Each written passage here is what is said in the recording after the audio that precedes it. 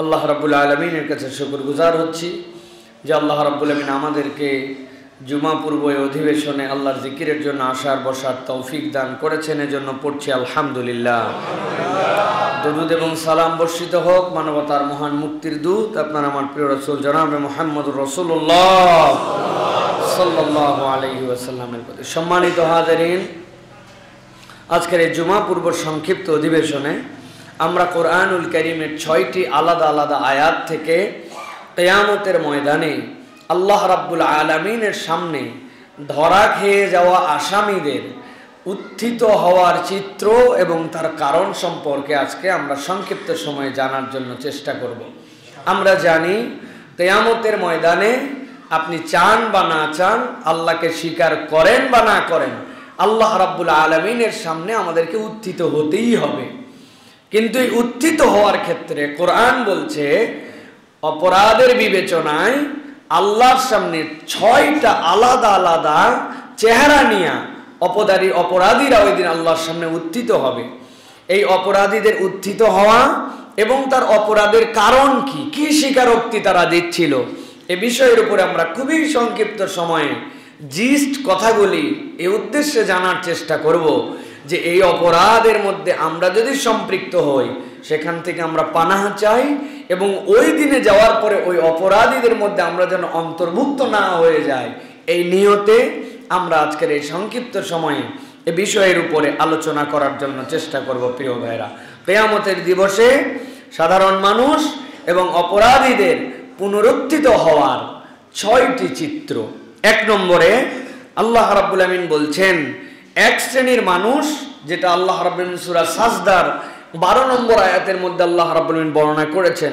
আল্লাহ বলছেন এক শ্রেণীর মানুষ আল্লাহর কাছে উঠবে, তাদের উঠার অবস্থাটা 3টা অবস্থার সাথে জড়িত থাকবে: লাঞ্ছিত, অপদস্থ আর অবনত মস্তক। মাথাগুলো হালানো, চেহারাটা লাঞ্ছিত আর অপদস্থ করেই আল্লাহ তাদেরকে ওই দিন উত্থিত করবেন। নাউজুবিল্লাহ বলেন। আল্লাহ রাব্বুল আলামিন কোরআনুল কারীমের মধ্যে বলছেন, ও আমার হাবিব, দুনিয়ার বুকে আপনি একদল লোকের মাতব্বরি দেখেন, একদল লোকের ফুটানি দেখেন, একদল লোকের কাছে যখন দ্বীনের দাওয়াত নিয়ে যাওয়া হয় গোয়ারতামিও দেখেন। তারা সব জানে, সব বোঝে, তারপরেও দ্বীন গ্রহণ করে না, আল্লাহর বিধানের কাছে সমর্পিত হয় না। এই চরিত্রের মানুষ আপনি অজস্র দেখেছেন। কিন্তু যেই দিন হাসরের ময়দান হবে ওই দিন আবার এই মানুষগুলার ভিন্ন একটা চিত্র আপনি দেখতে পাবেন। আল্লাহ যেই জায়গায় বলেছেন ওয়ালাউ তারা, বুঝতে হবে আল্লাহ রাব্বুল আমিন আপনার আমার হাবিবকে মাকামে মাহমুদে বসায় দিবেন। এমন জায়গায় আমার হাবিব বসবেন যেই জায়গায় বসার পরে আল্লাহ রাব্বুল আলামিন পুরা হাসরের ময়দানে চিত্রটা নবীজির সামনে নিয়ে চলে আসবেন। নবীজি সাল্লাল্লাহু আলাইহি সাল্লাম পুরা হাসরের ময়দানটা তার সামনে চলে আসবে। কারণ কি? এর অনেকগুলা কারণ মুফাসসিরিনে কেরাম ব্যাখ্যা করেছেন। এর মধ্যে একটা কারণ, আল্লাহ নবী সাল্লাল্লাহু আলাইহি ওয়াসাল্লামের আগে হাসরের ময়দানের অবস্থা এত ভয়াবহ হবে, উম্মতরা বিভিন্ন পয়গম্বরের কাছে দৌড়াদৌড়ি করবে, কিন্তু কোনো পয়গম্বর আল্লাহর সামনে কথা বলার সাহস করতে পারবেন না। আল্লাহর হাবিবের পরে সিজদায় পড়বেন, আল্লাহ রাব্বুল আমিন নবীকে বলবেন, ও আমার হাবিব আপনার মাথা উত্থিত করেন। আল্লাহর হাবিবকে আল্লাহ এর পরে এমন ভাবে তাকে আল্লাহর প্রশংসা বাণী শিখাই দিবেন। নবী বলছেন আমার আগে কেউ এই প্রশংসা করে নাই, এই বাণী দিয়ে, এই বাক্য দিয়ে আল্লাহর প্রশংসাও কখনো আর করাও হয় নাই। এরকম বাক্য দিয়ে আল্লাহ রাব্বুল আমিনের নবী আল্লাহর জন্য হামদ করবেন। সুবহানাল্লাহ। যেদিন আল্লাহ রাব্বুল আমিন নবী হামদ করবেন, আল্লাহ নবী এরপরে বলবেন, ও আমার আল্লাহ, আমার উম্মতের জন্য আপনি আমাকে শাফাআতের অনুমতি দিয়ে দেন। ইল্লা মান আযিনা রাব্বি, আল্লাহ রাব্বুল আমিন কেবলমাত্র যাকে অনুমতি দিবেন ওই দিন সেই কেবল আল্লাহর কাছে শাফাআত করতে পারবে। আল্লাহ এরপরে আপনার আমার নবীকে শাফাআতের পারমিশন দিবেন, দেওয়ার পরে মাকামে মাহমুদে বসাবেন, যেই জায়গা থেকে আল্লাহ নবী তার প্রত্যেকটা উম্মতকে দেখতে পাবে। আল্লাহ বলছেন সেখানে আপনি দেখবেন, ওয়ালাউ তারা ইযিল মুজরিমুনা নাকিসু রুসিহিম ইনদা রাব্বিহিম, ওই দিন মুজরিম হিসাবে আল্লাহর কাছে যেই মানুষগুলা দাঁড়ায় যাবে, আল্লাহ বলছেন আপনি দেখবেন তাদের মাথাগুলা হালানো, না কিছু রুসিহিম ইনদা রাব্বিহিম, আল্লাহর কাছে তাদের মাথাগুলা অবনত মস্তকে অপদস্থ হয়ে আল্লাহর কাছে ওই দিন তারা দাঁড়াবে। আল্লাহ বলছেন যেই না আল্লাহর সামনে দাঁড়াবে তারা বলতে শুরু করবে রব্বানা আবসারনা ওয়া সামি'না, এর আগ পর্যন্ত আমাদেরকে যা যা বলা হয়েছিল, এর আগ পর্যন্ত যা যা হবে আমাদেরকে দেখার কথা বলা হয়েছিল, এই রব আজকে আমরা সব দেখে ফেলছি, আজকে আমরা সব শুনে ফেলেছি। রব্বানা আবসারনা ওয়া সামি'না মানে ওই মানুষগুলো জাহান্নামের সামনে দাঁড়ায়া জাহান্নামকে দেখে ফেলবে, জাহান্নামের চিৎকার তারা শুনতে পাবে। আল্লাহর সামনে যেই না তারা দাঁড়াবে, তারা এবার বলতে শুরু করছে রব্বুল আমিন আমাদের যা যা দেখার কথা ছিল এই তো দেখতে পাচ্ছি, আমাদের যা যা শোনার কথা ছিল এই তো শুনতে পাচ্ছি। আল্লাহর সামনে সাথে সাথে তারা আবেদন করতে শুরু করবে ফারজি'না, আমাদের রব আমাদেরকে আরেকবার একটু দুনিয়ায় ফেরত পাঠায় দেন। কেন দুনিয়ায় যেতে চাও? না'মাল সালিহান ইন্না মুকিনুন, দুনিয়ায় থাকতে আমাদের দুইটা ঘাটতি ছিল, এই দুইটা ঘাটতি এবার আমরা পুরায় দেব। না'মাল সালিহা, যাওয়ার পরে দেখবেন কেমন ভালো কাজ করা লাগে, আমরা 100 ভালো কাজ করব। ইন্না মুকিনুন, আর আমরা পূর্ণ ইমানদার হয়ে গেছি, এখন আমাদের বিশ্বাসের আর কোনো ঘাটতি নাই। জিজ্ঞাসা করি আপনাদের কাছে, ওই ময়দানে ধরা খাওয়ার পরে আল্লাহর কাছে যখন বান্দা বলবে দুনিয়ায় যেতে চায়, ওই ময়দান থেকে কি দুনিয়ায় ফেরত আসা যাবে? তাইলে কেন ফেরত আসতে চায় ওরা? ওরা ফেরত আসতে চায় দুনিয়ায় তাদের দুইটা গ্যাপ ছিল, এর এক গ্যাপ হচ্ছে তারা নেক কাজ করে নাই, আর 2 নম্বরে আল্লাহর যে বিধান ওই বিধানের উপরে মুখে মুখে বলতো কিন্তু পূর্ণ বিশ্বাস তাদের মধ্যে ছিল না। কিয়ামত হবে না এইটা কেউ অস্বীকার করুক না করুক তাতে কিচ্ছু যায় আসে না, কিয়ামত যখন হওয়ার তখন হয়ে যাবে।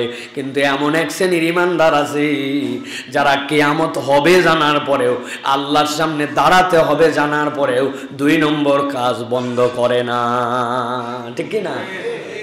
আল্লাহর সামনে দাঁড়াতে হবে, এক শ্রেণী বলছে না কিয়ামত নাই, তাদের হিসাব ভিন্ন।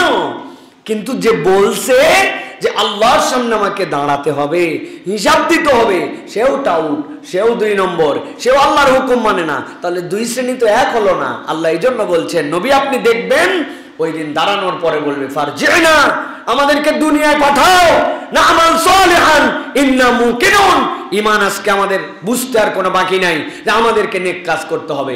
ওই দিন যাওয়ার পরে এই আল্লাহর কাছে আবদার 1 পয়সাও দাম নাই। আল্লাহ এই জন্য সূরা সাজদার মধ্যে জানাচ্ছেন বান্দা আমি তো দয়াবান রব। ওই দিনের ঘটনা, মসজিদুল জুমা কমপ্লেক্স থেকে তোমরা 2025 সালে 17 জানুয়ারি তোমরা এই বার্তা পেয়ে গেছিলে, তখন তোমরা হায়াতে ছিলে, তোমরা শুধরায় আসো। কেন ওই দিন যাওয়ার পরে ফেরত আসার সুযোগ নাই। আমি আল্লাহ আগেই প্রশ্নপত্র ফাঁস করে দিলাম যাতে তুমি প্রস্তুতি নিয়ে আসতে পারো। সুবহানাল্লাহ। তাহলে এটা হচ্ছে 1 নম্বর চিত্র, যেই মানুষরা আমলে কম কিন্তু দুনিয়ার বুকে আমলের বর্ণনা শুনেছিল কিন্তু পালন করে নাই, রব্বুল আলামিন বলছেন তাদেরকে মাথা হালায়া অপদস্থ মস্তকে পুরা হাসরবাসীর সামনে তাদেরকে উত্থিত করা হবে। নাউজুবিল্লাহ। 2 নম্বরে আল্লাহ রাব্বুল আলামিন বলছেন দুনিয়ার বুকে 1 শ্রেণীর মানুষ ছিল, যেই মানুষগুলা তাদের জবান দিয়ে সবসময় বড় বড় কথা বলতো, আল্লাহর বিপক্ষে, ইসলামের বিপক্ষে, আল্লাহর পক্ষের লোকের বিপক্ষে।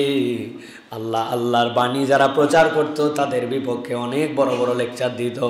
আল্লাহ রাব্বুল আলামিন বলছেন এই মানুষগুলাকে আল্লাহ রাব্বুল আলামিন ওই দিন 2টা ভাবে উত্থিত করবেন। 1 নম্বর তাদের কণ্ঠগুলাকে রুদ্ধ করে দেওয়া হবে, আর 2 নম্বর তাদের চোখগুলা চোখের কোটর থেকে বের করে তাদেরকে বিস্ফোরিত চোখে উত্থিত করা হবে। যেই না ওই মানুষগুলো আল্লাহর সামনে কথা বলতে পারে না কিন্তু চোখ তার বিস্ফোরিত, এই চেহারা দেখেই চেনা যাবে যাবে এই মানুষগুলো আল্লাহর কাছে কোন অপরাধে সেই দিন উত্থিত হয়েছে। আল্লাহ রাব্বুল আলামিন সূরা ইব্রাহিম ডিটেইলস বর্ণনা করেছেন। আল্লাহ সূরা ইব্রাহিমের 42-43 নম্বর আয়াতের মধ্যে তাদের অবস্থা বর্ণনা করছেন। আল্লাহ রাব্বুল আলামিন বলছেন ওয়ালা তাহসাবান্নাল্লাহা গাফিলান আম্মা ইয়ামালুজ জালিমুন। দুনিয়ার মানুষ আল্লাহ রাব্বুল আলামিনের ব্যাপারে এরকম ধারণা করো না। আরবির কায়দা যারা জানেন তারা জানেন আল্লাহর জন্য নুনে সকিলা লাগে না। আল্লাহর জন্য নুনের উপরে সকিলা দিয়ে এটাকে তাগিদ বর্ণনা করতে হয় না। আল্লাহ রাব্বুল আলামিন যা ইচ্ছা তাই করতে পারেন। অথচ আল্লাহ রাব্বুল আলামিন নিজে তাগিদ দিয়ে বলতেছেন ওয়ালা তাহসাবান্নাল্লাহ, আল্লাহর ব্যাপারে কোশ্চিন কালেও তোমার মনে যেন এটা উদয় না হয়। কি উদয় না হয়?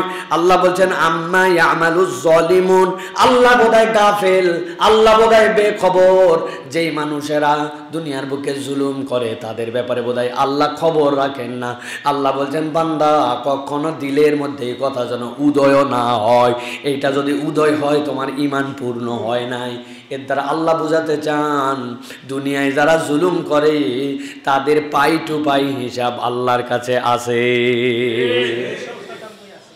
আল্লাহ রাব্বুল আলামিন বলছেন ওই মানুষগুলো অনেক সময় দুনিয়াতে দেখতে পায় না তাদের পরিণতিটা কি, তাদের অবস্থাটা কি, তারা অনুভব করে না।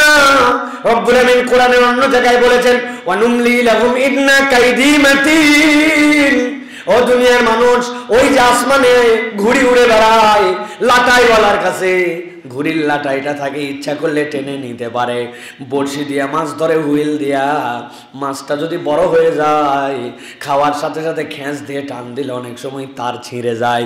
এই জন্য মাছকে খেলাইতেও হয়, ছেড়ে দিতে হয়, আবার তুলতে হয়। আল্লাহ বলছেন আমি তোমার লাটাইটা আমার কাছে ধরে রেখেছি। মুফাসসিররা ব্যাখ্যা করছেন আল্লাহর লাটাইয়ের অনেক বর্ণনা আছে।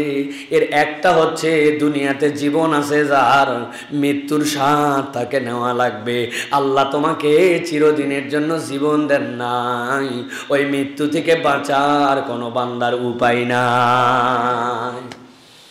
আল্লাহ রাব্বুল আলামিন বলছেন দুনিয়ায় তুমি দেখতে পেলে না, তোমাকে ধরা হলো না, মানুষ অনুভব করলো না, কেমনে আল্লাহ রাব্বুল আলামিন তোমাকে শাস্তি দেন তুমি বুঝতেই পারো না।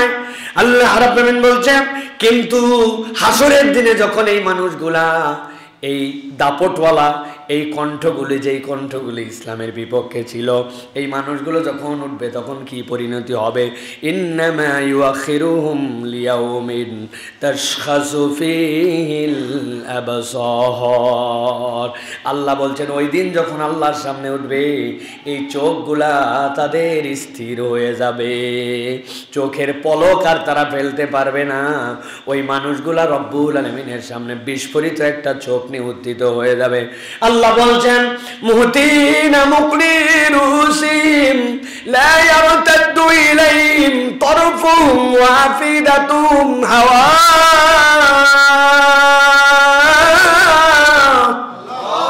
আমার রব্বুল আলামিন বলছেন মুহতিনা মুকনিরুসিহিম, একদল ফেরেশতা তাদের কাছে আসবে, আসার পরে ঘাড়ের মধ্যে এমন একটা বাড়ি মেরে দিবে, ওই ঘাটটার সাথে সাথে আসমানের দিকে মুখ ফিরানো, এরপরে ঘাটটা তারা আটকায় যাবে।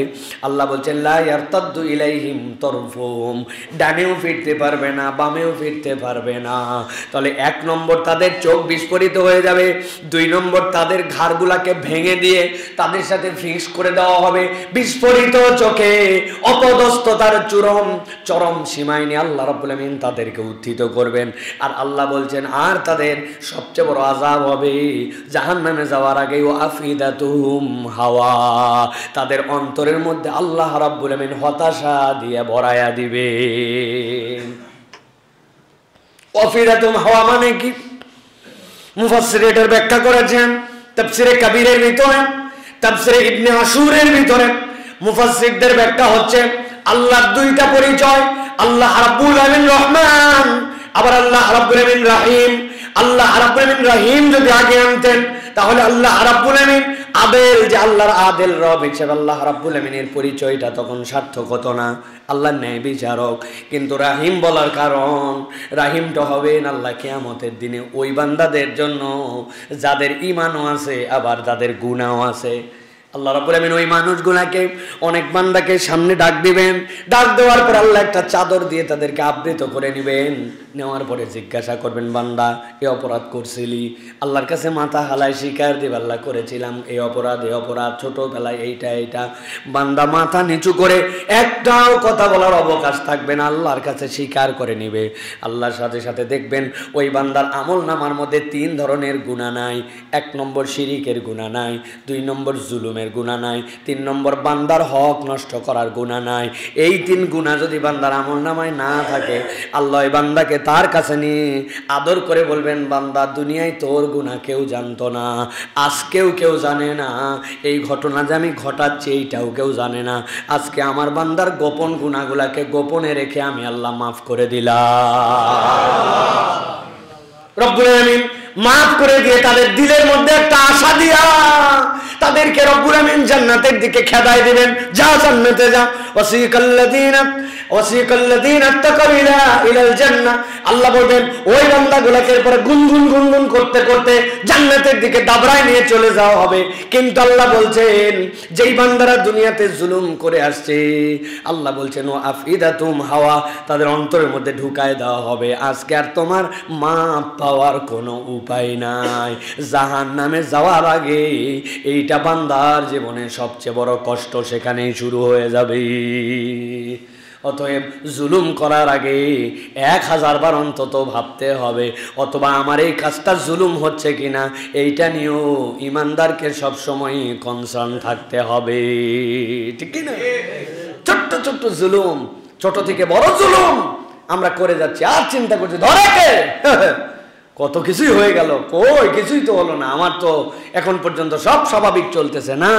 জুলুম অনেক, আমরা অনেক সময় না বুঝে অনেক জুলুম করি, অনেক জুলুম করে ফেলি। 3 তলায় আপনি থাকেন, আরেকজন থাকে 4 তলায়, আপনি উপরে এমন জোরে জোরে হামাম দিস্তাতে মশলা মারতেছেন আর চিন্তা করছেন এই ফ্ল্যাট আমি কিনছি, বেটা শব্দ করবো কি না করবো এটা আমার ব্যাপার। আপনার বাচ্চা গাড়ি চালাচ্ছে রাত 12টা 1টার সময়, নিচের মানুষের ডিস্টার্ব হচ্ছে, আপনি মনে করতেছেন আমি আমার ফ্ল্যাটে সে তার ফ্ল্যাটে, এটাও জুলুম হয়ে যেতে পারে আপনি যদি অবিবেচকের মতো কাজ করেন। জুতাটা অনেক সময় মসজিদ থেকে বের হওয়ার পরে অনেক মানুষ সালাত আদায় করতেছে, আপনি আপনার জুতায় রাখতেছেন, উপরতে ছেড়ে দিয়েছেন, ঠাস করে একটা শব্দ হয়, একজনের কনসেন্ট্রেশন নামাজ থেকে গাফেল হয়ে যায়, আরেকজনের বিরক্ত লাগে, আপনি মনে করছেন ব্যাপার না, কিন্তু এইটুকু জুলুম হয়ে যেতে পারে। মসজিদের ওযুখানার পানি আপনি কল ইচ্ছা মতো ছেড়ে ব্যবহার করছেন, আপনার পানির একটা এস্টিমেট আছে, আপনি সেটাকে ওভারলোড করে ব্যবহার করতেছেন, আরেকজন ব্যক্তি হয়তো ওযুর পানি পেল না, অথবা এই পানি তুলতে মেশিনের খরচ বেশি হলো, এটাও জুলুম হয়ে যেতে পারে। জুলুমের ব্যাপারে সব সময় সতর্ক থাকতে হবে। আল্লামা সাইদি সাহেব হুজুরের একটা উদাহরণ সারা জীবন দিলের মধ্যে ঢুকে গেছে। হুজুর বলছিলেন জুলুম কি, বলছেন সারা জীবন যেন মনে রাখতে পারে এরকম একটা উদাহরণ দেই। কান চুলকানোর জন্য কটন বাড ব্যবহার করে মানুষের কান চুলকানোর জন্য, কিন্তু আপনার চশমাটা চোখে, ওই চশমার হ্যান্ডেলটা দিয়া আপনি কান চুলকান, গাড়ির চাবিটা দিয়া কান চুলকান। যে জিনিস যে জায়গায় যেভাবে ব্যবহার করার কথা, এর ব্যতিক্রমটাই হচ্ছে জুলুম। মনে রাখার জন্য তিনি উদাহরণটা দিয়ে গেছেন, খেয়াল করে দেখেন। জুলুম হচ্ছে এই রকম, আল্লাহ বলছেন ওয়ালা তাহসাবান্নাল্লাহা গাফিলান আম্মা ইয়ামালুজ জালিমুন, জালেমরা যা করে তোমরা মনে করো না যে আল্লাহ এর ব্যাপারে গাফেল, এইটার হিসাব আল্লাহর কাছে বরাবর করা লাগবে। তাহলে যারা নিজের ছেলে আর মেয়ের মধ্যে জমি দেওয়াতে 2 নম্বর করলেন, বোনের জমি আজ পর্যন্ত ফেরত দিলেন না, আর হাজি সাহেব ওই ঘোরাফেরা করলেন, এইগুলোর খবরটা কেমন হবে ভাই?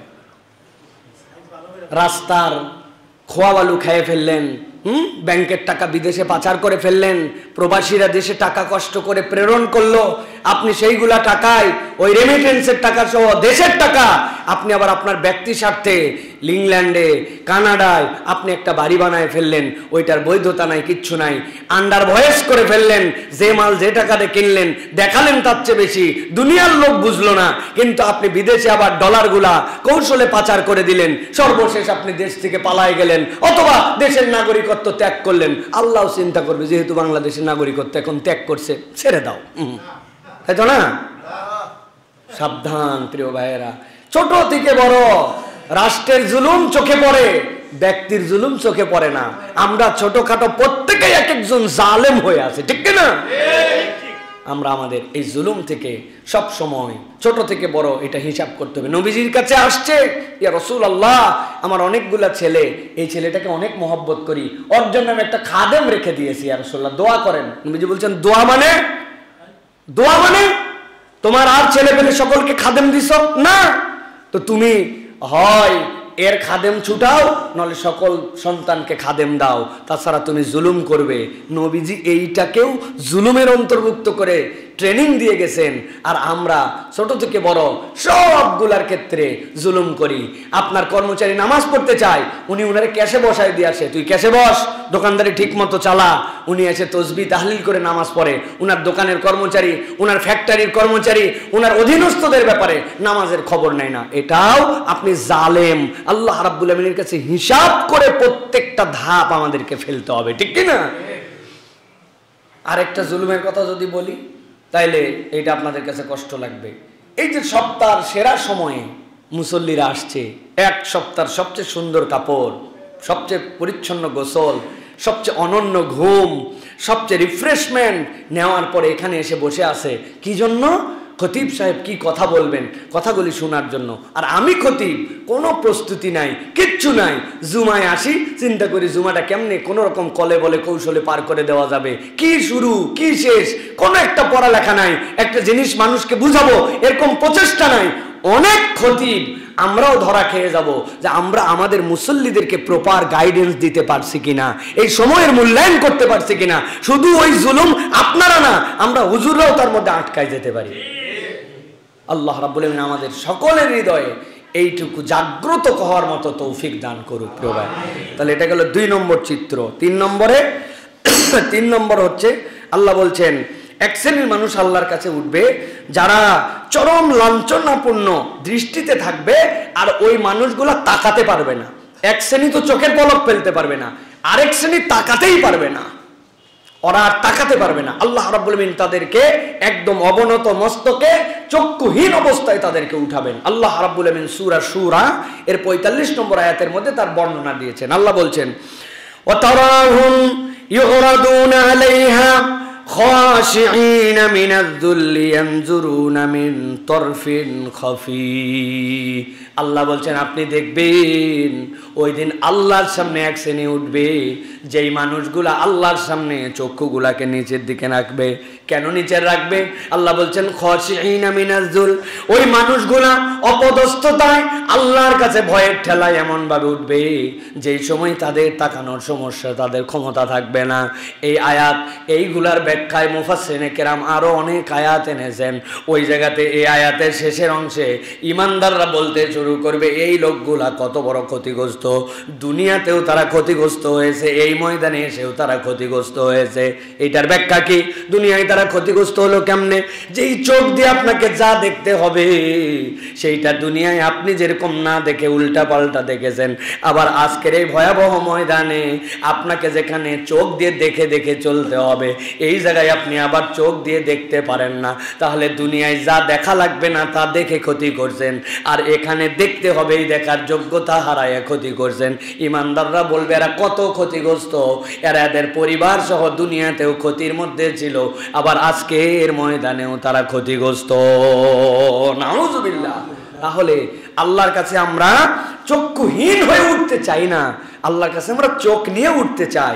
আল্লাহর কাছে আমরা উদ্ধত চোখে তাকাতে চাই না, কিন্তু অন্তত পক্ষে আমরা তো আল্লাহর সামনে দেখতে চাই, আল্লাহ রাব্বুল আমিনের সামনে দাঁড়াতে চাই।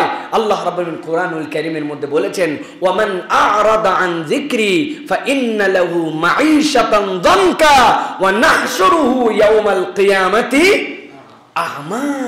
আল্লাহ বলছেন দুনিয়ায় তোমার কাছে আল্লাহর কিতাব ছিল, কিন্তু তুমি চিন্তা করছো মানলেই কি আর না মানলেই কি, পড়লেই কি আর না পড়লেই কি। আল্লাহর কোরআন শরীফ না পড়ে এমন কোন লোক আছে অক্সিজেনের শর্টে মারা গেছে? হ্যাঁ। আল্লাহর কোরআন শরীফ না পড়ার কারণে ডায়রিয়া হয়ে গেছে, তো কোরআন শরীফ পড়লেই কি না পড়লেই কি। আল্লাহ বলছেন ওয়ামান আরাদা আন যিকরি তুমি আমার জিকির থেকে, আমার কোরআন থেকে তোমার দৃষ্টিকে সরাই নিয়েছিলে। এটা কেবল পড়ার ক্ষেত্রে নয়, এটা বিধানের ক্ষেত্রে, এটা হুকুমের ক্ষেত্রে, এটা আহকামের ক্ষেত্রে, আরকানের ক্ষেত্রে, এটা প্যানাল কোডের ক্ষেত্রে। আপনি মনে করেছেন নামাজের আল্লাহর নির্দেশনা আপনি কোরআন অনুযায়ী পালন করেন, কিন্তু আল্লাহ রাব্বুল আলামিন দুর্নীতিবাজকে কেমনে শাস্তি দিতে হবে তার বিধান তো আল্লাহ কোরআনে রেখেছেন, রাখেন নাই?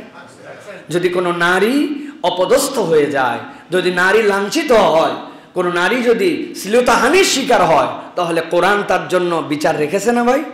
ওটা কি নারী নির্যাতন আইন নামে আমরা যে আইন বানাইছি ওই আইনের মতো, না আল্লাহর আইনটা ভিন্ন? আল্লাহর আইন ভিন্ন। এখন আপনি বলতেছেন নারী নির্যাতন আইন আছে তো ভাই, চোরের আইন আছে তো রে ভাই।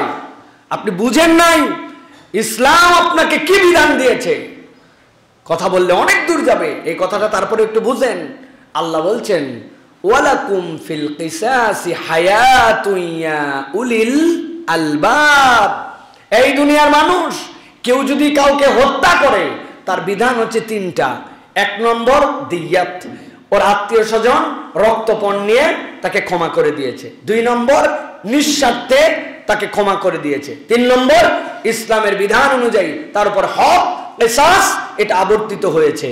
এখন আল্লাহ বলছেন তোমাদের জন্য যে কিসাস, কেউ যদি কাউকে অন্যায়ভাবে হত্যা করে প্রমাণিত হয়ে যায় তাহলে তাকে হত্যা করা হবে, এটাই আল্লাহর বিধান। আল্লাহ বলছেন এর মধ্যে তোমাদের জীবন আছে। কি আছে? আপনি দেখলেন একজন তো মরছে, আরেকজন বিচার ফাইসালাই আরেকজনও মরল দুইজন, আল্লাহ বললেন জীবন আছে। এটার একটা ব্যাখ্যা আপনারা বুঝছেন, সেটা কি? যে এই আইন যদি কার্যকর করা হয় তাহলে দুনিয়ার মানুষ দেখবে হত্যার বদলে হত্যা, ওই লোক ভয়ে আর এই দুঃসাহস দেখাবে না অন্য কেউ হত্যা করার জন্য, ঠিক কি না? এটা বুঝলেন, কিন্তু এর মধ্যে আরো অনেক কথা আছে যেটা আপনি বুঝেন নাই। আপনাকে হত্যার বদলে যাবজ্জীবন কারাদণ্ড দেওয়া হলো, বিচার ভালো, আপনাকে জেলখানায় নিয়ে রেখে দিছে কত বছর? সশ্রম কারাদণ্ড দিছে আপনাকে 18 বছরের, আপনাকে কারাদণ্ড দিছে 20 বছরের। আপনি জেলখানার মধ্যে আছেন, কে উনি? উনি খুনি জেলখানার মধ্যে আছে। খাইয়ে না খায়? কথা বললেন না? চিকিৎসা নিয়ে না নিয়ে, জামা কাপড় পরে না পরে, হ্যাঁ, ফ্যান গরমের দিন ঘুরায়া না ঘুরায়া, বাথরুমের মধ্যে পানি খরচ করে না করে। একজন ডাকাত, একজন চোর, যেই লোকের ফাঁসি হওয়ার কথা ওই লোকের আপনি জেলখানার মধ্যে 20 বছর খাওয়াচ্ছেন, 20 বছর পড়াচ্ছেন। কারটা? আপনার বাপেরটা? আমাদেরটা। ট্যাক্সের টাকা দিয়ে ওই লোককে আপনি পুষতেছেন, ওই লোককে খাওয়াচ্ছেন, জামা কাপড় দিচ্ছেন, অসুস্থ হলে ট্রিটমেন্ট করতেছেন। এতগুলা লোকের কি ঠেকা পড়ছে যে যেই লোক হত্যার কারণে মেরে ফেলতে হবে তাকে, তার শাস্তি ওইটা, তাকে বাঁচায়া আপনি জনগণের খাওয়াচ্ছেন, জনগণের পড়াচ্ছেন, জনগণের ট্রিটমেন্ট দিচ্ছেন। এটা কোনো মানবাধিকার না। আল্লাহ বলতেছেন তুমি বুঝো নাই, ওয়ালাকুম ফিল কিসাসি হায়াতুন ইয়া উলিল আলবাব। এর মধ্যে কতজনের খাদ্য নষ্ট করছো তুমি, কতজনের রিজিক নষ্ট করছো তুমি। ও অপরাধে শাস্তি পাবে, তার হিসাব বরাবর মাপ চাইলে আল্লাহর কাছে ক্ষমা পেয়ে যাবে। আর তার হিসাব হয় নাই, তুমি দুনিয়ার শাস্তি দিয়ে তাকে অনেকদিন জেলে রাখছো, এটা তার জীবনেও বরাবর হয় নাই। না সে ক্ষমা পাইছে, না সে কোনো উপকার পাইছে, না সে জনগণের কোনো উপকার করছে। জনগণের খাইছে, জনগণের পড়ছে, রাষ্ট্রকে ফতুর করে দিছে। আল্লাহ বলছেন তুমি বোঝো নাই, আমি আল্লাহ রাব্বুল আলামিন তোমার জন্য বিধান দিছি, ওর মধ্যে জীবন আছে বলে, আর তোমরা জীবন বাঁচায় রাখে সবগুলারে মাইরে ফেলাইছো। ভালো করে এই জন্য বুঝতে হবে প্রিয় ভাইরা আল্লাহর বিধান। আল্লাহ বলছেন ওয়ামান আরাদা আন যিকরি, তুমি পণ্ডিতি খাটায় আমার এই বিধান থেকে মুখ ফিরাইছো, আমি আল্লাহ তোমাকে বললাম দুনিয়ার জীবন তোমার লাঞ্ছনার জীবন দেব। জিন্দেগিটা লাঞ্ছিত জিন্দেগি হবে, সুখ হবে না, টাকা থাকবে, সংসার থাকবে, ওখানে তোমার বরকত থাকবে না। দুনিয়া তোমার সামনে আসবে কিন্তু এটা তুমি প্রকৃতার্থে ভোগ করে যেতে পারবা না। তোমার দুনিয়া থাকবে কিন্তু তোমার নিরাপত্তা থাকবে না। আল্লাহ বলছেন এটাই শেষ, যাক দুনিয়াতে যেরকমই হোক একটু কষ্ট করে পার করে গেলাম। আল্লাহ বলছে এত সহজ না। নাহশুরু ইয়াউমাল কিয়ামাতি আমা, তোমাকে কিয়ামতের দিন অন্ধ করে রব্বুল আলামিন তোমার সামনে উত্থিত করবে। অতএব প্রিয় ভাইয়েরা এখান থেকে আমাদের বুঝে নিতে হবে যে আল্লাহর বিধানের কাছে পূর্ণাঙ্গ সমর্পণ করতে হবে। কিছু মানলাম না, হ্যাঁ, আফাতুমিনুনা বিবাদিল কিতাব ওয়া তাকফুরুনা বিবাদ। কিছু মানলাম না। আল্লাহ বলতেছেন এরকম মন পছন্দ জিন্দেগি চলবে না। যদি চলে কি হবে? আল্লাহ বলছেন ওই দিন তাদেরকে দৃষ্টি বন্ধ করায়া হাসরের দিন লাঞ্ছিত করে উঠানো হবে, মানুষ দেখেই চিনে ফেলবে। হ্যাঁ, আল্লাহ বুঝাই দিবেন এই অপরাধী উঠছে আজকে এই অবস্থায়, কেন দুনিয়াতে আল্লাহর বিধানের সাথে গাদ্দারি করছিল। এরকম গাদ্দার আছে না ভাই? আছে বলেন না, কোন আমরা কি এর আছে? কি মজা আছে। 4 নম্বরে আল্লাহ রাব্বুল আলামিন বলছেন হাসর দিনে যখন উঠবে এক শ্রেণীর অপরাধী, তাদের চেহারাটা আল্লাহ রাব্বুল আলামিন অন্ধকারের ন্যায় কালো করে দিবেন। চেহারা এমন বিদঘুটে কালো হবে, অথচ ওই লোকের চেহারা ওরকম ছিল না। ওই কালো আলাদা ধরনের হবে। ওই কালো দুনিয়ার সাদা কালো, চুল কালো, হাড়ির তলা কালো, ব্ল্যাকবোর্ড কালো, রং কালো, এরকম কালো নয়। ওই কালোর এমন ধরন হবে, ওই বান্দার অপরাধ তার চেহারা দেখেই পুরা হাসরের মানুষ বুঝে ফেলবে। আল্লাহ রাব্বুল আলামিন সূরা ইউনূস 27 নম্বর আয়াতের মধ্যে বলছেন, আল্লাহ রাব্বুল আলামিন বলছেন কাআন্নামা উগশিয়াত উজুহুহুম কিতাআম মিনাল লাইলি মুজলিমা। রাত যদি হয় এমন যেই রাত্রে আকাশে চাঁদ নাই, আবার যেই রাত্রের মধ্যে আকাশের মধ্যে মেঘ আছে, ওই রাতটা এমন এক খণ্ড রাতকে আল্লাহ বলছেন কিতাআম মিনাল লাইল। রাতকে যদি কেটে বের করে নেওয়া যেত, রাতকে কাটা সহজ নয়। আল্লাহ বলছেন ওই মানুষগুলা এমন ভাবে আল্লাহর কাছে উঠবে নতজানু হয়ে, তাদের চেহারাগুলা আধার রাতের ওই পূর্ণিমাহীন যে রাত, ওই রাতের অমাবস্যা রাতের মধ্যে যেরকম আলোহীন যেরকম অন্ধকার হয়, ওই চেহারাগুলার মধ্যে কেউ যদি তাকায় তাহলে মনে হবে সে ওর মধ্যে ঢুকে যাচ্ছে, অন্ধকারটা যেন তাকে খেয়ে ফেলতেছে। আল্লাহ বলছেন আল্লাহর কাছে কিয়ামতের দিনে এক শ্রেণীর মানুষ এইরকম ভাবে উত্থিত হবে। কোন মানুষ? আল্লাহ রাব্বুল আলামিন যাদেরকে বলেছেন ওই মানুষ, যেই মানুষগুলাকে আহসানা তাকওয়িম, আল্লাহ জাত থেকে বেশি সুন্দর করে আর কাউকে সৃষ্টি করেন নাই। তাকওয়িমের ব্যাখ্যা পড়ে দেখবেন সুসামঞ্জস্যশীল। সুসামঞ্জস্যের ব্যাখ্যা মুফাসসিররা পৃষ্ঠার পর পৃষ্ঠা, দিস্তার পর দিস্তা লিখছেন। মানুষকে আল্লাহ এমন সুসামঞ্জস্যশীল করেছেন যেইটা মানুষ কখনো তার চিন্তা করে করেও শেষ করতে পারবে না। সুবহানাল্লাহ। এই শরীরের মধ্যে অনেক জায়গার পশম আছে আপনার, কিন্তু আপনি যদি একটু হিসাব করে দেখেন সব পশমের গ্রেড একরকম না। সবগুলাই পশম, চুল, কিন্তু কোনোটা সফট, কোনোটা নরম, কোনোটা খাড়া, কোনোটা শক্ত।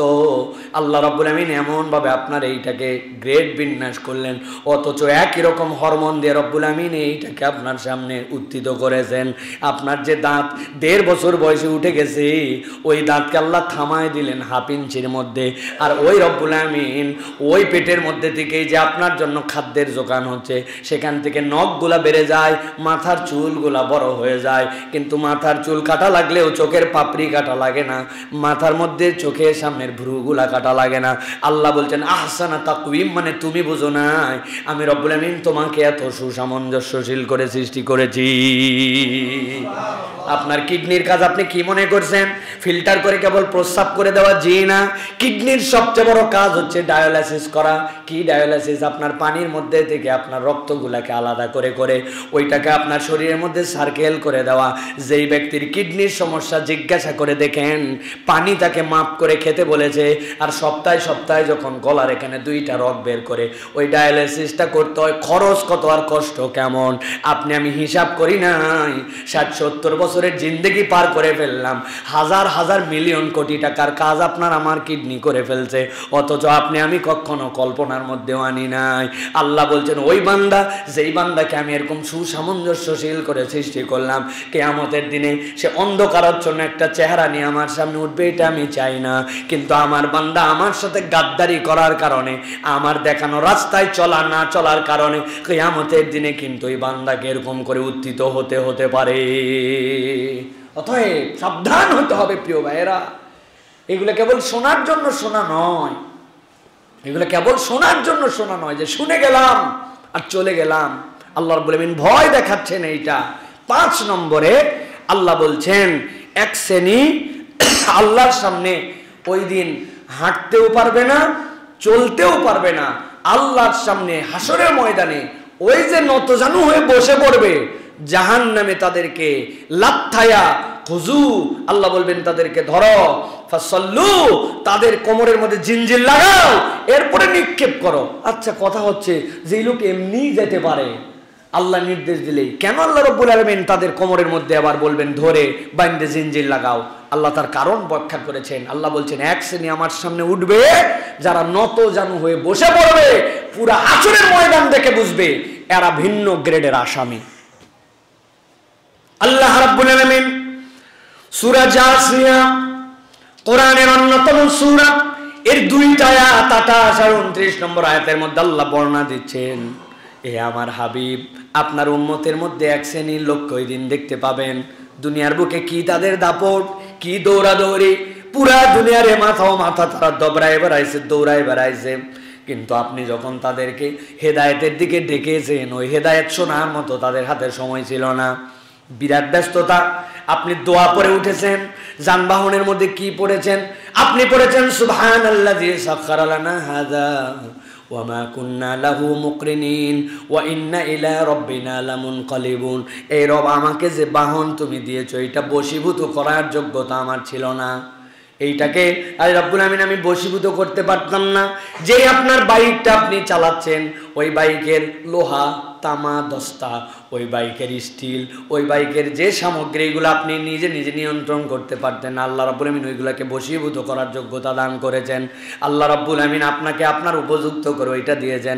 আপনি উঠার পরে বলতেছেন এটাকে বশীভূত করার ক্ষমতা আমার নাই, তুমি আল্লাহ দিয়েছো। ইন্না ইলা রাব্বিনা লামুনকালিবুন, আপনার কাছে আমাদেরকে প্রত্যাবর্তন করতে হবে চূড়ান্ত। এই বান্দা, যেই বান্দা এই কথা বলে, অথচ ওই বান্দাই হয়তো আজান শুনতে পেয়েছে হাইয়া আলাস সালাহ, ওর আর বাইক থামে নাই, ওর আর জীবন থামে নাই, ওর মিল থামে নাই, ওর দোকান থামে নাই, কিচ্ছু থামে নাই। সে মনে করছে এই সময়ও আমার, এই সময়ের মালিক বোধহয় আমি আমার মতো গতি অব্যাহত রেখে দিয়েছি। আমার পড়ার সময় এখন, আমার কোচিংয়ের সময় এখন, আমার কাজের সময় এখন, আমার রান্নার সময় এখন, আমার টিভি দেখার সময় এখন। আল্লাহ বলতেছেন তুমি তোমার সময়কে নিয়ন্ত্রণ করো না, সময়কে নিয়ন্ত্রণ করেন রব্বুল আলামিন, অথচ সময়ের মালিককেই তুমি সময় দেখায় খাত দিছ। সময়ের মালিককেই সময়ের খাত দিছ তুমি চাইলে 1 মিনিট আগে সূর্যকে তুলতে পারো না, 1 মিনিট পরে সূর্যকে দাবাতে পারো না। তুমি কিসের মালিক? তুমি কিছুর মালিক নয়, তুমি একটা টাইম ফ্রেমের মধ্যে আছো, অথচ সময়ের মালিককেই তুমি উল্টায় খাত দেখাইছো। কি ভাই, কথা কি বল? আমার রব্বুল আলামিন বলতেছেন ওয়া তারা কুল্লা উম্মাতিন জাসিয়া, ও আমার হাবিব, আপনি দেখতে পাবেন এক শ্রেণীর লোক হাসরের দিনে ওঠার পরে নতজানু হয়ে বসে পড়েছে। আল্লাহ বলছেন কুল্লু উম্মাতিন তুদআ ইলা কিতাবিহাল ইয়াউম তুজজাউনা মা কুনতুম তা'মালুন। আল্লাহ বলছেন প্রত্যেক উম্মতকে তাদের কিতাব সহ আল্লাহর কাছে ডাকা হবে। রব্বুল আমিন যেই না তাদেরকে রব্বুল আমিনের সামনে ডাকবেন, ওই বান্দার অনেক সময় বলবে আয় রব্বুল আমিন, এই অপরাধ আমি করি নাই, মনেই নাই আসলে অপরাধ করছে কি করে নাই। ছোট্টবেলায় গ্রামের মধ্যে একটা তেঁতুল গাছ ছিল, সকালবেলা একদিন দেখছে তেঁতুল খাওয়ার লোভ হয়, ছোট্ট একটা জলপয়ের গাছ ছিল পুকুর পারে, অমুক দাদার তমুক দাদার, আপনারা 3 বন্ধু মিলে যাওয়ার সময় মারছি একটা ঢেল, ওর মধ্যে থেকে জলপাই পড়ে গেছিল, ওই মধ্যে থেকে তেঁতুল পড়ে গেছিল। আমার মনেও নাই আর 50-60 বছর পরে কোন দিন কার জলপাই খাইছিলাম, কোন দিন কার তেঁতুল খাইছিলাম। বান্দা বলবেন না না আল্লাহ, এই অপরাধ আমি করি নাই, বললেই হবে নাকি আন্দাজে, এই অপরাধ আমার নাই। আল্লাহ রাব্বুল আলামিন বলবেন তোর বাপ তোরে কোচিং করার জন্য পাঠাইছিল, কিন্তু তুই পড়ালেখা না করে ফাঁকি মারছিলি, তোর বাপরে তুই ধোকা দিয়েছিলি, তুই নিজের প্রতি জুলুম করছিস।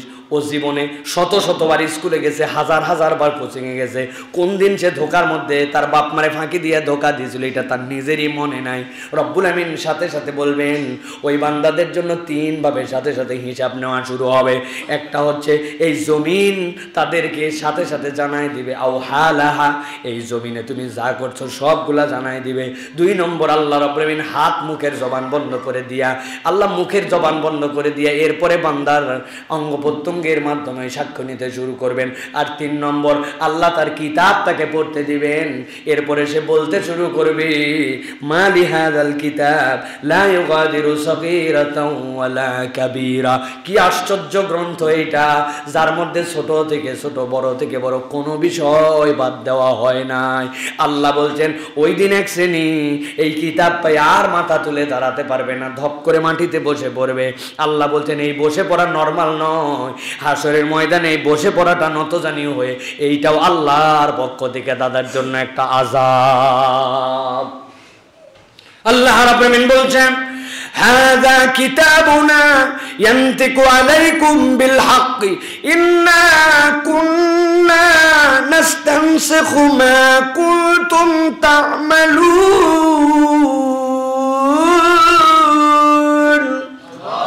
আল্লাহ বলছেন এই কিতাব তোমাদের কিতাব, আমি আল্লাহ নিজে বললাম নাস্তানসিখু, বান্দা তুমি যা করেছো আমি রব্বুল আমিন সবগুলা লিখে রাখতাম, বান্দার আমলনামা একটাও লেখার বাইরে নাই। আল্লাহ বলছেন যা করেছো হিসাব বরাবর। এইটা দেখে বান্দা ঘাবড়ায়া এমন বসে যাবে। আল্লাহ বলতেছেন হিসাব ফায়সালার পরে এরপরে ফেরেশতারা তাদের কোমরের মধ্যে জিনজির লাগায়া জাহান্নামে নিক্ষেপ করবে। অতএব প্রিয় ভাইয়েরা, এই কিতাব নিয়ে তামাশা করা অথবা গোপনে পাপ, প্রকাশ্যে পাপ, লোকের সামনে এক ধরনের আমল, পেছনে এক ধরনের আমল, এখান থেকে আমাদের বাঁচতে হবে ভাই। আল্লাহর কাছে সব লেখা থাকে। যদিও ঢাকার যারা আমাদের তরুণ আছে এদের কারণে ডান পাশের ফেরেশতাটা বেশ রেস্ট পাইছে আমাদের। এরা এক সপ্তাহ কোনো কাজ থাকে না, শুধু জুমার দিন 1:00টার দিকে ফেরেশতা ওঠে, ওইটা কিছু লেখা লাগে। আছে না ভাই? হাজার বলেও সারা দেশের মুসল্লি মসজিদে 9টায় চলে আসে, এমন কোনো জুমা নাই মসজিদুল জুমা কমপ্লেক্সে 8-10টা জেলার থেকে ভিজিটর আসে না নামাজ পড়ার জন্য। আর এলাকার মুসল্লি এমন মুসল্লি আছে 10 বছরে রাস্তা ছাড়া আর সাত ছাড়া নামাজ পড়ে নাই। আছে না ভাই? আছে না? আপনি কেমনে ফেরেশতায় কাজেই লাগাচ্ছেন না তো ভাই। তাহলে বামের ফেরেশতা কাজ করতে করতে হয়রান, ডানের ফেরেশতা রিটায়ার্ডে চলে গেছে। আমাদের, আমি সহ আমাদের সকলের আমল নাই আমাদের প্রিয় ভাইরা। আল্লাহ এই জন্য বলছেন ইন্না কুন্না নাস্তানসিখু মা কুনতুম তা'মালুন, তুমি যা করো বান্দা সব লেখা হয়। তার মানে কি খালি গুনাহ লেখা হয়, সওয়াব লেখা হয় না? সওয়াবও লেখা হয়। অতএব ওই লেখাটা যেন ডানেরটা বেশি ব্যস্ত থাকে, বামেরটা যেন বেশি ব্যস্ত না থাকে, বান্দার প্রচেষ্টা হবে এইটা, ঠিক কি না? আল্লাহ আমাদেরকে বোঝার তৌফিক দান করেন। সর্বশেষ আল্লাহ বলছেন এক শ্রেণী সবচেয়ে ভয়ঙ্কর ভাবে বিচারের আগে আল্লাহর কাছে উত্থিত হবে। কি? তাদের অবস্থা হবে এমন, প্রাণ যায় না, গেলে তো আরাম, আবার প্রাণ থাকে না, প্রাণটা ওষ্ঠাগত হবে, কণ্ঠনালীর কাছে এসে যেন প্রাণটা বেঁধে গেছে, ও কামনা করবে জীবন চলে যাক, মরে গেলেই বাঁচি, আর কষ্ট সহ্য হয় না, না মরে না সুস্থ থাকে। আল্লাহ বলছেন তাদের প্রাণকে ওষ্ঠাগত করে এই অবস্থাতে হাসর নাসর তাদেরকে করা হবে। নাউজুবিল্লাহ বলবেন না? আল্লাহ রাব্বুল আলামিন বলছেন সূরা গাফির 18 নম্বর আয়াত, আল্লাহ রাব্বুল আলামিন বলছেন ওয়ানজিরহুম ইয়াওমাল আজিফা ইযিল কুলুবু লাদাল হানাজিরি কাযিমিন। আল্লাহ বলছেন আল্লাহর কাছে যখন তারা উত্থিত হবে, ইযিল কুলুব তাদের অন্তরগুলা, তাদের জীবনগুলা, আল্লাহ বলছেন লাদাল হানাজিরি কাযিমিন, ওই মানুষগুলার জন্য যেন প্রাণটা ওষ্ঠাগত হয়ে যাবে, এমন কষ্ট তাদের, তারা মনে করবে এখান থেকে মরে গেলেই বাঁচি, কিন্তু এটা তো মরার জন্য নয়, অথবা কাকতালীয় ভাবে নয়। রব্বুল আলামিন তাদেরকে ওইভাবেই হাসরের ময়দানে উত্থিত করবেন। আল্লাহ বলছেন মালিজ জালিমিন মিন হামিমিন ওয়ালা শাফি'। আল্লাহ রাব্বুল আমিন বলছেন ওই দিন তাদের জন্য কোনো বন্ধু থাকবে না, আবার তাদের জন্য কোনো সুপারিশকারীও থাকবে না। দুনিয়াতে দোস্ত করে ঘুরছি, যেই দোস্ত ছাড়া আপনার কিচ্ছু ভালো লাগে না, আড্ডার পর আড্ডা, ঘন্টার পরে ঘন্টা, এমন কোনো খারাপ কাজ নাই যেই কাজে ওই বন্ধু আপনার সাথে ছিল না। তিনজন মিলে দাঁড়ায় গেছে, যা গল্প করছে সব বাজে গল্পের একজন তিনি সমন্বয়ক ছিল, অথবা ওই বাজে গল্পের উনি উদ্দীপক ছিল, অথবা ওই বাজে গল্পের সে সমর্থক ছিল। তার সাথেই ঘুরছি, তার সাথেই ফিরছি। যখন ঈদের সময় আসছে, যখন আনন্দ করার জন্য মন চাইছে, তখন ওই দোস্তই আপনাকে যোগান দিয়ে বলছে, দোস্ত আর কতদিন বিড়ি খাবি? চিন্তা করছে আমার দোস্ত বোধহয় বিরাট একটা ভালো কথা বলছে, বিড়ি খাওয়া খারাপ, বলছে দোস্ত আর বিড়ি খায় ফিলিংস আসে না। এবার একটা কৌশল পাইছি, তুই ছোট্ট করে প্রস্তুতি নে। কি? ওই তুই একটা বিড়ি কিনে ভিতরের মাল ফেলা। ও ভিতরের মাল ফেলাইছে, ও কোত্থেকে একটা পুরিয়া ম্যানেজ করে আনছে, আনার পরে ছোট্ট করে সেলুনের দোকান থেকে কাটা ব্লেড নিয়ে কুচকুচ করে কাইটে ওর ভিতরে ঢুকাইছে। ঢুকায় বলছে, দোস্ত একটা নেতে যেমন তেমন, দুইটা নেতে রাজা। মুসলিম বাজার অঞ্চলে যাহারা উহা খায় উহার নাম আপনারাও জানেন দেখি। ওই বন্ধু তার এত আপন বন্ধু, তারে নেশা করাইছে, তারে মহিলাদের নিয়ে বাজে আলাপ করাইছে, বাইকিং করে বেড়াইছে, ইসলাম থেকে তাকে দূরে সরায় রাখছে। আমার আল্লাহ রাব্বুল আমিন বলছেন, ওই দিন যাওয়ার পরে মিন হামিমিন ওয়ালা শাফি, তার কোনো বন্ধু থাকবে না, তার জন্য আমার নবী সুপারিশও করবে না। আল্লাহ নবী সুপারিশও নাই, ওই দোস্তালি ওই জায়গায় চলবে না। আল্লাহ বলছেন প্রাণ উৎসাহিত করে রব্বুল আমিন তোমাকে সামনে দাঁড় করাই দিবেন। বান্দা ওই দিন ভয় করো, ওই দিন তোমার চাইলেও আশা লাগবে, না চাইলেও আশা লাগবে। দুনিয়ার শত ব্যস্ততা, মিলিয়ন মিলিয়ন টাকার হিসাব। ইলন মাস্ক সাহেব দুনিয়ার 1 নম্বর ধনী, 1 নম্বর জ্ঞানী বলতেছেন আপনারা যারে, উনারেও যাওয়া লাগবে, আমারেও যাওয়া লাগবে। রাস্তার পাশে ফুটপাতে 100 টাকার কলার মোচা আর কলার থোড়া আর রাস্তার থেকে কুড়ায় কুড়ায়া ওই শাক নিয়ে আসে। আমি মাঝে মাঝে দেখি কতকগুলো মানুষ এদের থেকে একটু কেনাকাটা করার জন্য চেষ্টা করেন, অন্তত দাম দর করেন না এদের সাথে। এরা একদমই ছোট পুঁজির মানুষ। ওই শাক আলাকেও যদি বলেন 1 আটি 10 টাকা চাইছে, আপনি বলছেন 2 আটি 15 টাকা দিবি না, কেন রে ভাই? কত কষ্টের জন্য এখানে বসছে, 2 টাকা বেশি দিয়ে নিবেন, বলবেন দাম বরাবর 10 টাকা রাখো, চেষ্টা করো তুমি কালকে একটু পুঁজি বাড়াও। ওই লোকের একটুখানি মুসাদা করবেন, এটা সওয়াব হবে। এই যে মানুষ রাস্তার ধারে বসে দিনের পুঁজি দিনে শেষ হয়, ওই যে আমরা যাদেরকে ফকির মিসকিন বলি, শাক 12 মেশালি শাক কুড়ায় নিয়ে আসে বিক্রি করে, কচু শাক কুড়ায় নিয়ে এসে বিক্রি করে, ওই ব্যক্তিকে আল্লাহর সামনে উঠতে হবে। আর দুনিয়ার সবচেয়ে বড় ধনীকেও আল্লাহর সামনে উঠতে হবে। উঠতে হবে না প্রিয় ভাইয়েরা? ধনী গরিব দেখে আগুন বাড়ি পুড়ায় না। যদি তাই হতো তাহলে বাংলাদেশের আগুনে আমাদের গার্মেন্টস পুড়তো, ক্যালিফোর্নিয়ার আগুনে অন্তত পক্ষে ওই জায়গায় হলিউড টলিউডের বিখ্যাত বিখ্যাত ব্যক্তি, অলিম্পিকে 10টি গোল্ড মেডেল জয়ী, আগুন থেমে যাও। তাই আগুন জ্বলাতে কাউরে হিসাব করে নাই। অতএব মৃত্যু সকলের আসবে, আল্লাহর সামনে সবাইরে উঠতে হবে। অতএব প্রিয় ভাইরা প্রস্তুতি নিতে হবে আমাদেরকে। প্রিয় ভাইরা এই 6 শ্রেণীর অন্তর্ভুক্ত যেন আমরা না হই, আল্লাহর কাছে যেন আর শাজিমের ছায়া পেয়ে আমরা যেন বলতে পারি, রব অপরাধ আছে, গুনাহ আছে, কিন্তু আল্লাহ তোমার ক্ষমার ভিখারি হয়ে আর তোমার হাবিবের সুপারিশের মুখাপেক্ষী হয়ে আমি আল্লাহ তোমার সামনে উঠতে চাই। আমি যেন জালেম না হই, আমি যে দুনিয়ায় আল্লাহর অবাধ্য না হই, কোরআন থেকে দূরে না সরাই, আল্লাহর হুকুমের বিপক্ষে হারাম চোখ দিয়ে না দেখি, আল্লাহর কথার উপরে উদ্ধত্ত আচরণ না করি, আল্লাহর বিধান নিয়ে ক্রিটিসাইজ না করি। সামিআনা ওয়া আতানা, শুনলাম আর মানলাম, এই তবিয়তটা যেন আমাদের মধ্যে হয়।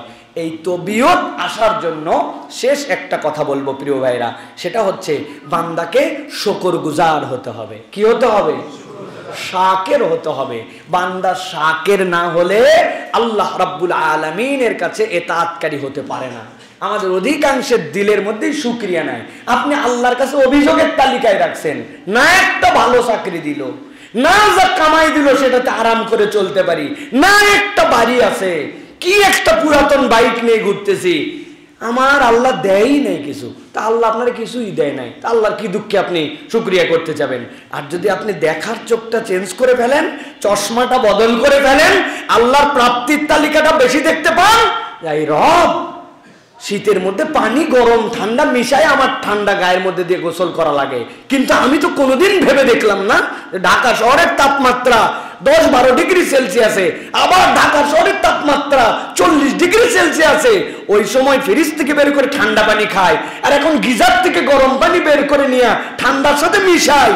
কিন্তু আমি যে নিঃশ্বাস নেই, ওই নিঃশ্বাসেও তো আমার বুকের একটা লেয়ার আছে, যে ওই তাপমাত্রা বেশি হয়ে গেলেও আমার রক্তকণিকা ভেঙে যাবে, বেশি কম হয়ে গেলেও আমার ওইটা তো জমাট বেঁধে নিউমোনিয়া হয়ে যাবে। কই, আমি তো আমার নাক দিয়ে নিঃশ্বাস কিভাবে নিব সেটা গরমে আলাদা প্রস্তুতি নেই নাই।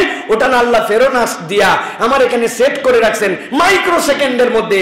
গরমকে লিমিটেড ঠান্ডা, ঠান্ডাকে লিমিটেড গরম কনভার্ট করে আমার লাঞ্চকে ঠিক রাখছে। আমি না দুনিয়া ভর অপরাধ করি, দুনিয়া ভর অন্যায় করি, কিন্তু আমার তো এইটার জন্য কোনো ম্যানেজমেন্ট নিয়ে চিন্তা করতে হয় নাই। আলহামদুলিল্লাহ।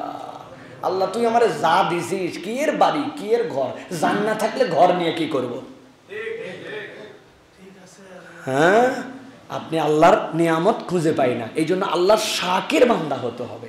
আল্লাহ তোমার একটা প্রশংসা শুনে আমি সুবহানাল্লাহ বলতে পারছি, আমি অত ভালো বান্দা না, কিন্তু আমাকে তুমি সুবহানাল্লাহ বলার মতো মস্তিষ্ক দিছো, যে এই স্বাভাবিকতা আমার কেউ পাগল বলতে পারে না, আমার ব্রেনের ডিস্টার্ব না, লোকজন আমি এলোমেলো কথা বলি না, আল্লাহর কথা শুনে সুবহানাল্লাহ বলতে পারি। তুমি আমাকে একটা সুষম ব্রেন দান করছো আল্লাহ। তুমি আমারে বিরাট বাড়ি দিছো, একবারে আমাকে অডি কোম্পানির গাড়ি দিছো, BMW, কিন্তু আমি পাগলা। লাভ আছে ভাই? আল্লাহ তুমি আর পাগলা বানাও নাই, এটা তো তেমন বড় নিয়ামত না, তাই না ভাই? আপনাকে একটা গুলশানে ফ্ল্যাট দেওয়া হবে, কিন্তু আপনাকে পাগলা বানানো হবে, রাজি তো ভাই? কোনো পাগলাও হাত তুলবে না। অথচ আল্লাহ নাকি কোনো নিয়ামতই আমি পাই না। আহারে, এই জন্য আল্লাহ শাকের বান্দা হলে আল্লাহ রাব্বুল আলামিনের অনুসরণের মধ্যে ঢোকা যায়। আল্লাহ আমাদেরকে বোঝার তৌফিক দান করেন। নিজেরা এই কথা জানবো, অন্যের কাছে এই কথাগুলো ছড়াই দিব। ওয়া মা আলাইনা ইল্লাল বালা।